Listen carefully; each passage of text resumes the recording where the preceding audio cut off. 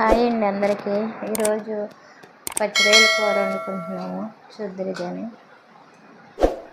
చాలా సింపుల్గా అన్నమాట. నేను ఎక్కువ మసాలాలు వాడకుండా తక్కువ, అంటే ఇప్పుడు హెల్త్ చాలా గ్యాస్ట్రిక్ సమస్యలు గట్రా ఉంటున్నాయి కదా, దానికోసం తక్కువ మసాలాలతో చూపిస్తున్నాను. సింపుల్గా ఎలా వండుకోవచ్చో. ఆయిల్ పోసుకొని ఉల్లిపాయ మసాలా వేసుకుంటున్నాను.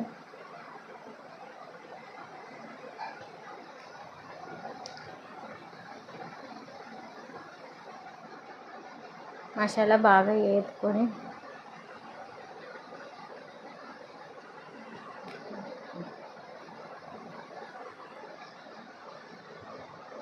పచ్చిమిరపకాయలు కూడా వేసుకోవాలండి, 2-3 మనం తగినంత కారం తినేదాన్ని బట్టి.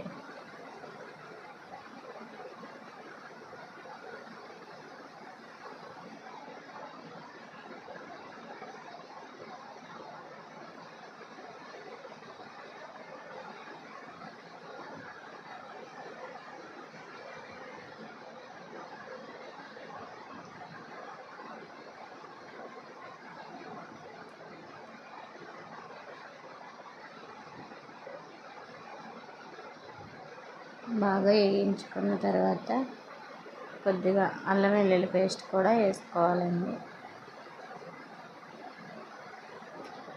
అంటే మరీ మసాలాలు వాడకుండా, మసాలాల పొడులు ధనియాల పొడులు అవన్నీ వాడకుండా ఓన్లీ అల్లం వెల్లుల్లి పేస్ట్, జీలకర్ర ఇది మట్టుకే వాడుతున్నానండి నేను. గ్యాస్ట్రిక్ సమస్యలు ఎక్కువ ఉంటున్నాయి కదండి ఇప్పుడు, అందుకని సింపుల్గా మసాలా ఎక్కువ లేకుండా, ఘాటు ఎక్కువ లేకుండా చేస్తున్నానండి.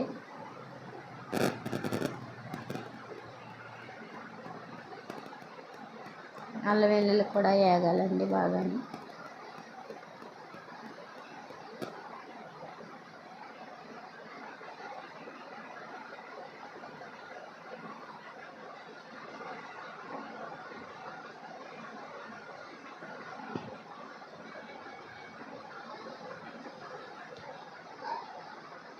చూడండి, మసాలా బాగా వేగింది, నూనె పైకి తేలింది కదా.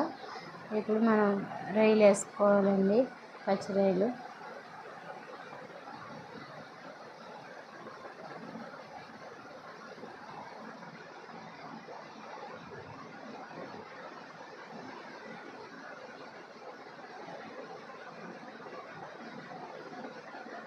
ఒకసారి అలా కలుపుకొని మనం తగినంత ఉప్పు కూడా వేసుకొని కలుపుకోవాలండి.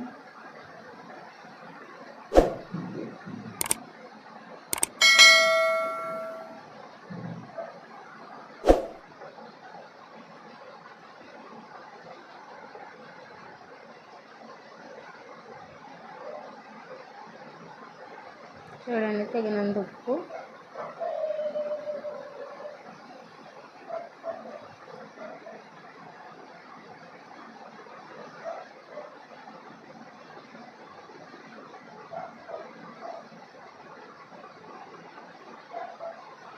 తగినంత కారం కూడా వేసుకోవాలండి. ఇప్పుడే అంటే మనం కూర వండే క్వాంటిటీని బట్టి వేసుకోవాలండి.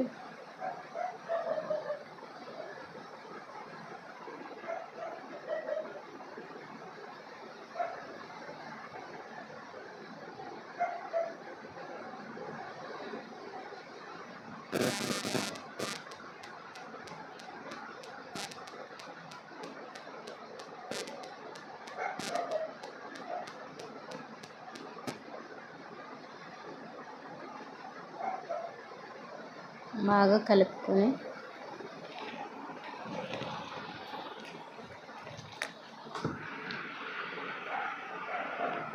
ఒకసారి మూత పెట్టి తీసుకోవాలండి. ఒక 5 నిమిషాల తర్వాత ఒక గ్లాసుడు వాటర్ పోసాను. వాటర్ సరిపోతే పర్లేదండి, లేదంటే చూసుకుని మళ్ళీ పోసుకోవాలండి, సరిపోయినన్ని తగినన్ని. అంతే అండి. మూత పెట్టుకుంటే చిన్న సైజు నిమ్మకాయ అంత కూడా కాదండి, చిన్న పిక్క, చింతపిక్క పిసుక్కుని వేసుకుంటే ఆ రొయ్యలు బాగా తీయగా ఉంటాయి కదా, ఉల్లిపాయ పేస్ట్ అవన్నీ వేసిన కారానికి చింతపండుకి సమానంగా టేస్ట్ వస్తుందండి.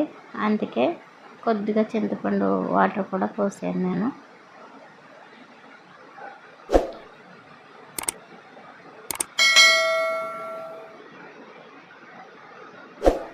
మా రెసిపీ తయారైపోయిందండి. నచ్చితే లైక్ చేసి షేర్ చేయండి, సబ్స్క్రైబ్ చేయండి.